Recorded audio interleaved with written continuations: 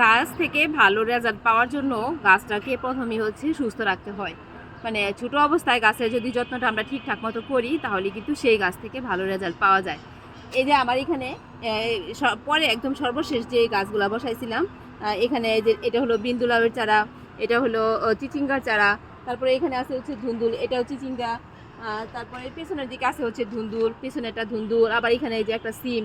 প্রত্যেকটা গাছ কিন্তু একদম ফ্রেশ।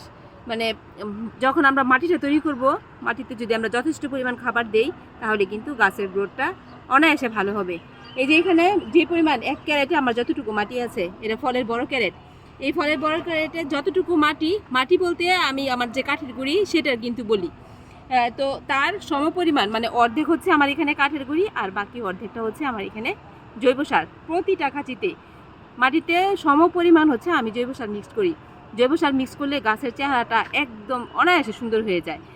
তারপরে আর খুব একটা আমাদের মানে খাবারটা খুব বেশি যে দিতে হয় তা কিন্তু না। এখন পর্যন্ত কিন্তু আমি গাছে কোনো খাবার দেই নাই, শুধু একবার হলো কীটনাশক আর মাকড়নাশক স্প্রে করেছি।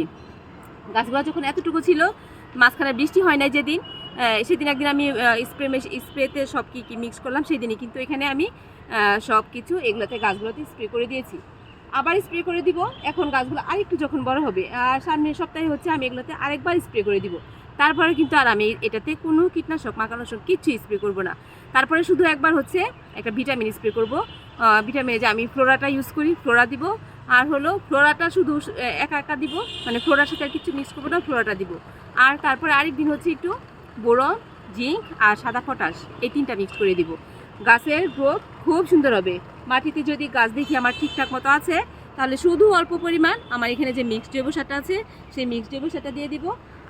আর কোনো মানে এর মধ্যে যদি আমি আর একবার খাবার দিই তাহলে আমার গাছের গ্রোথ কিন্তু ঠিক হয়ে যাবে। তারপর আমি গাছের গ্রোথ বুঝে যদি প্রয়োজন হয় তাহলে আরেকবার খাবার দিব। মানে সর্বোচ্চ 2বারই খাবার দিলে কিন্তু, মাটিতে খাবার দিলে আমার গাছ এখন ঠিক হয়ে যাবে। শুধু জৈব সার দিব, আর কোনো কিছু এতে প্রয়োজন নাই। বসাতে লিকুইড খাবার তো আমরা দিতে পারি না। আমি আমার এখানে মিক্সড জৈব সার আমি তৈরি করেছি। তাছাড়া আমার কারখানা থেকে যে মিক্সড জৈব সারটা আনি সেটাও খুব ভালো কাজ করে, সেটাই কিন্তু মাটিতে মিক্স করা আছে। মানে মাটিটা যে তৈরি করেছি সেই কারখানার মিক্সড জৈব সারটাই দেওয়া আছে। এখন হচ্ছে আমি যেটা মিক্স তৈরি করেছি সেটা হলো এক মুঠো করে শুধু দিয়ে যাই। এই হলো গাছের যত্ন।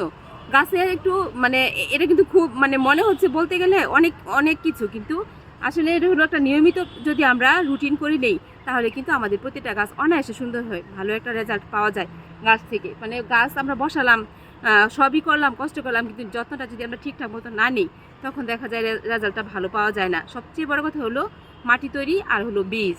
ভালো জাতের বীজ লাগবে, মাটিটা তৈরি ভালোভাবে হবে, মাটিটা একটু আমরা ঝুরঝুরে করে করব, তাহলে আমরা অনায়াসে কিন্তু গাছ থেকে ভালো রেজাল্ট পাবো।